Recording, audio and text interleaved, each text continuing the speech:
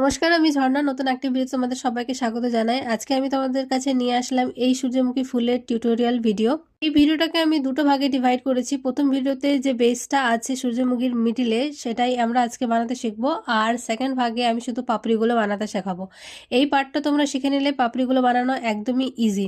এই পার্টটা দেখে খুব সহজ এবং ছোট মনে হলেও এটা বানাতে কিন্তু অনেক টাইম লেগে যায়। আর অনেক ছোটোখাটো ব্যাপারগুলো আছে যেটা তোমাদেরকে মনে রাখতে হবে। ভিডিওটা আমি তোমাদেরকে সবুজ কালারের সুতো দিয়ে দেখাচ্ছি, কারণ মরুন কালারের মধ্যে তেমন ভাবে ভিডিওটা ফুটে উঠবে না। আর এক সাইডে আমরা মরুন কালার রাখছি, অপর সাইডে আমরা সবুজ কালারটাই রাখছি। এটা বানানো আমরা স্টার্ট করব ম্যাজিক রিং দিয়ে। যারা ম্যাজিক রিং বানাতে জানো না, ভিডিওটা প্রথমের দিকে একটু পজ করে দেখে নিও। হাতের মধ্যে আমি সুতোটাকে কিভাবে পেঁচিয়েছি, ঠিক সেইভাবে তোমরা ট্রাই করো, একদমই হয়ে যাবে। ওকে, ম্যাজিক রিংটা বানানোর পর আমরা প্রথমেই দুটো চেন বানাবো। দুটো চেন বানানো হয়ে গেলে আমরা সেই ম্যাজিক রিংয়ের মিডিলে আমরা হাফ ক্রোশিয়া করব 6 বার।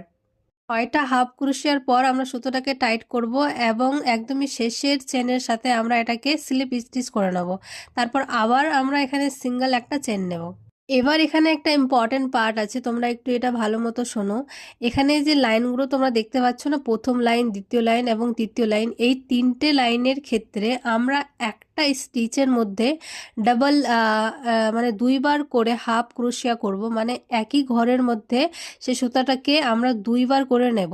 তাহলে কি হবে, প্রথমে আমরা 6বার নিয়েছিলাম আর একটা স্লিপ নোট নিয়েছিলাম, তাহলে আমাদের এখানে 7টা হলো। সেকেন্ড লাইনে যদি আমরা একটা ঘরে 2বার করে নিই, তাহলে 7 দুগুণী 14টা হবে, এবং তৃতীয় লাইনে 28টা, এবং চতুর্থ লাইনে আমাদের হয়ে যাবে 56টা।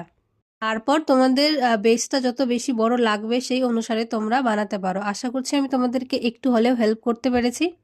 নেক্সট পার্টে আমরা সূর্যমুখীর পাপড়িগুলো বানাতে শিখবো। আজকের জন্য আসি, টাটা, থ্যাংক ইউ ফর ওয়াচিং।